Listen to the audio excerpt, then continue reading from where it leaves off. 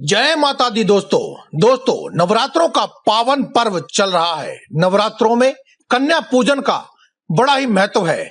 विधि विधान से सभी लोग कन्या पूजन करते हैं। संपूर्ण विधि का आचरण करते हुए कन्याओं को भोजन कराते हैं और उसके उपरांत कन्याओं को कुछ उपहार भी देते हैं। माना जाता है कि कन्या पूजन से आदि शक्ति माँ दुर्गा की कृपा प्राप्त होती है और भक्तगण के सभी मनोकामनाएं सिद्ध हो जाती है। लेकिन दोस्तों, कुछ चीजें ऐसी होती हैं जिन्हें यदि कन्या पूजन के दौरान आप इस्तेमाल करते हैं, कन्याओं को खिला देते हैं या फिर उन्हें उपहार में भी दे देते हैं, तो माँ दुर्गा आपसे प्रसन्न होने की बजाय आपसे रुष्ट हो जाती है। माता रानी का आशीर्वाद प्राप्त होना तो दूर की बात है, बल्कि आपके अनिष्ट होने की भी कामना बनी रहती है। तो दोस्तों, माता रानी का आशीर्वाद प्राप्त करने के लिए एक बार कमेंट बॉक्स में जय माता दी एक बार अवश्य लिख दें। साथ ही इस वीडियो को पूरा अंत तक देखें ताकि आपको पता चले कि आपको कौन सी वस्तुएं हैं जिनसे आपको कन्या पूजन के दौरान दूरी बनाए रखनी चाहिए। ज्योतिष शास्त्र की माने तो नवरात्रि के 9 दिनों में प्रतिदिन कन्याओं का पूजन करने का विधान है, लेकिन अधिकतर श्रद्धालु सप्तमी, महाअष्टमी या महानवमी को कन्या पूजन करते हैं।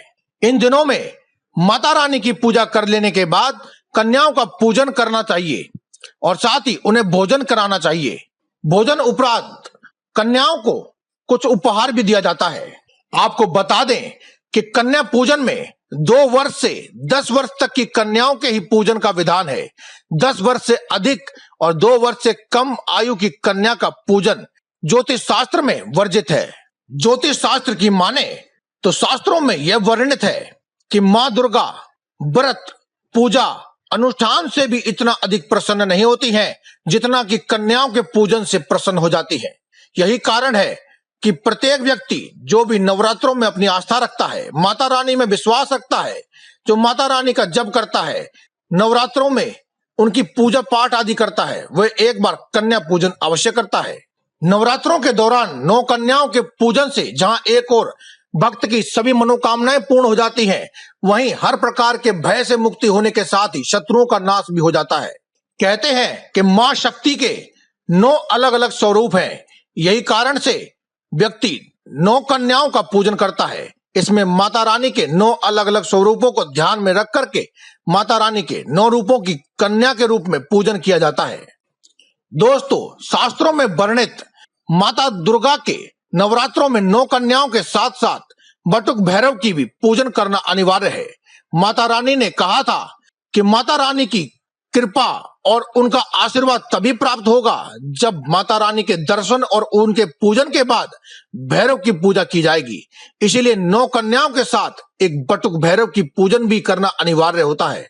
दोस्तों, अधिकांश व्यक्ति यह गलती करते हैं कि कन्याओं को पूजन करने के लिए बुलाते हैं और उन्हें केवल साधारण कन्याएं मानकर ही उनका पूजन करते हैं। इसके विपरीत आपको कन्याओं में माता के रूप को देखना चाहिए। वह माता मान करके ही और उनकी शक्ति को ध्यान में रखते हुए ही आपको उनका पूजन करना चाहिए। माता रानी के पूजन के लिए बुलाई गई 9 कन्याओं को आपको जमीन पर आसन बिछा करके वहां पर विराजमान करना चाहिए, ना कि किसी सोफे, बेड आदि गद्दों का इस्तेमाल करना चाहिए। आजकल की चकाचौंध से भरी दुनिया में व्यक्ति देख और दिखावे के पीछे दौड़ते हैं, इसीलिए वे इस प्रकार के गलत कदम उठाते हैं। शास्त्रों में इस प्रकार की चीजों का इस्तेमाल करना वर्जित है। दोस्तों, भोजन करने आई कन्याओं को आपको साफ सुथरे स्थान पर बिठाना चाहिए। कूड़ा करकट, चप्पल आदि उतारने के स्थान से दूर आपको उन्हें बिठाना चाहिए। इसके अलावा दोस्तों, भोजन करने आई कन्याओं के पथ पखारने यानी कि उनके चरण धोने की प्रथा भी है। माता रानी को भोग लगाने के बाद ही आपको नवरात्रों में बुलाई गई 9 कन्याओं का पूजन आदि करने के बाद भोजन खिलाना चाहिए।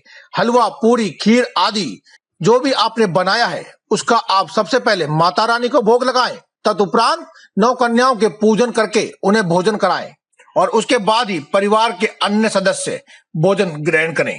अक्सर लोग भोजन कराते वक्त कन्याओं को यह गलती करते हैं कि वे नमकीन सब्जियां या फिर चटपटे व्यंजन को सबसे पहले परोसते हैं। इसकी बजाय आपको कन्याओं को सर्वप्रथम कुछ मीठा खिलाना चाहिए। आपने हलवा या खीर आदि कोई भी मिठाई भी बनाई है या फिर लाए हैं बाजार से, तो आपको वह खिलानी चाहिए। सबसे पहली बात तो आपको यह ध्यान रखनी चाहिए कि कन्याओं को खिलाए जाने वाला भोजन अगर हो सके तो आपको घर में ही बनाना चाहिए। अगर आप किसी कारण से नहीं बना सकते हैं तो ही आप बाजार से लेकर आए और लाने के बाद सर्वप्रथम कन्याओं को मुंह मीठा कराए और उन्हें मीठे व्यंजन ही भोग में लगाए। तभी आपको कन्या पूजन का पूर्ण फल प्राप्त होगा और माता रानी आपसे प्रसन्न होंगी, आपको आशीर्वाद देंगी और आपकी सभी मनोकामनाएं जल्दी ही पूर्ण हो जाएंगी। इसके अलावा कुछ ऐसी वस्तुएं हैं जिन्हें कन्याओं को भूलकर भी नहीं खिलाना चाहिए। दोस्तों, कन्याओं के लिए तैयार किया जाने वाला भोजन स्वच्छ हाथों से नहा धोने के बाद आपको करना चाहिए। इसके अलावा भोजन बनाते वक्त उसमें कोई भी खटाई जैसे कि आम की खटाई, नींबू, आंवला आदि इस तरह की वस्तुओं का इस्तेमाल आपको नहीं करना चाहिए। यही नहीं बल्कि कन्याओं को भोजन के साथ अचार जैसी वस्तुएं भी नहीं देनी चाहिए। दोस्तों, नवरात्रों के दौरान प्याज, लहसुन, मांस, मदिरा आदि ऐसी वस्तुओं से दूर रहने का विधान है। इसीलिए आप कन्याओं के लिए तैयार किए जाने वाले भोजन में प्याज व लहसुन जैसी तामसिक वस्तुओं का इस्तेमाल भूलकर भी ना करें। इससे माता रानी अत्यंत क्रोधित हो जाती है। दोस्तों, कन्याओं का पूजन करने से पहले माता रानी को भोग लगाया जाता है जिसमें लोग तुलसी दल का इस्तेमाल करते हैं और वही प्रसाद तुलसी दल के साथ कन्याओं को दे देते हैं। ऐसा आपको भूलकर भी नहीं करना चाहिए क्योंकि कन्याओं के पूजन में तुलसी दल का भोग नहीं लगाया जाता है। केवल माता रानी के भोग में ही तुलसी का दल भोग में लगा सकते हैं। इसके अलावा बाजार से लाकर चाउमीन, पिज्जा, बर्गर आदि वस्तुएं जो कि बच्चों को अत्यंत प्रसन्न करती हैं, उन्हें कन्या पूजन में शामिल कर देते हैं बहुत से लोग। ऐसा आपको भूलकर भी नहीं करना चाहिए। दोस्तों, माता रानी को ऐसा भोग पसंद नहीं है, इसीलिए माता रानी को सदैव ही वैष्णव भोजन बना के भोग लगाया जाता है जिसमें खीर, पूड़ी, मिष्ठान आदि का शामिल है। दोस्तों, कन्याओं को भोजन कराने के बाद कन्याओं को कुछ उपहार दे करके ही आपको विदा करना चाहिए। कन्याओं को ऐसी वस्तुएं आपको उपहार में देनी चाहिए जिनका वे लंबे समय तक उपयोग कर सके। तो ऐसी कौन सी चीजें हैं जो कि कन्याओं के लंबे समय तक इस्तेमाल हो सकती हैं? लंबे समय तक इस्तेमाल होने वाली वस्तुएं हैं उनके वस्त्र व श्रृंगार का सामान। लेकिन यह सभी वस्तुएं कन्याओं को भेंट में देने से पहले आपको माता रानी को एक बार इनका भेंट अवश्य लगानी चाहिए। उसके बाद ही कन्याओं में वितरण करके उन्हें विदा करना चाहिए। दोस्तों, अक्सर लोग जैसे कपड़े खुद पहनते हैं वैसे ना ला करके बाजार से सस्ते और बेकार से कपड़े उठाकर ले आते हैं और कन्याओं को भेंट में दे देते हैं। ऐसा करना सदा ही गलत माना हो जाता है। ऐसा बिल्कुल भी नहीं करना चाहिए दोस्तों, क्योंकि ये कन्याएं स्वयं माता रानी का ही स्वरूप होती हैं जो कि आपके घर में आती हैं। इसीलिए इन्हें उत्तम से उत्तम सामग्री ही देनी चाहिए। इसके अलावा दोस्तों, यदि आप कोई भी वस्तु या फिर वस्त्र अगर आप कन्याओं को भेंट में दे रहे हैं तो आप उन्हें केवल शुभ रंग जैसे कि पीला, लाल आदि रंग के ही कपड़े या वस्तुएं भेंट में दें। इसके अलावा काले, नीले या फिर सफेद रंग की वस्तुएं इन्हें कभी भी भेंट में नहीं देनी चाहिए, क्योंकि दोस्तों काला, नीला व सफेद रंग अशुभ माना जाता है। इसीलिए इस प्रकार की चीजें कन्या को नहीं देनी चाहिए। तो दोस्तों, आज की इस वीडियो में केवल इतना ही। कल फिर आपसे मुलाकात होगी एक और नई वीडियो के साथ। तब तक के लिए दें में इजाजत। धन्यवाद। कमेंट बॉक्स में लिखते रहें जय माता दी।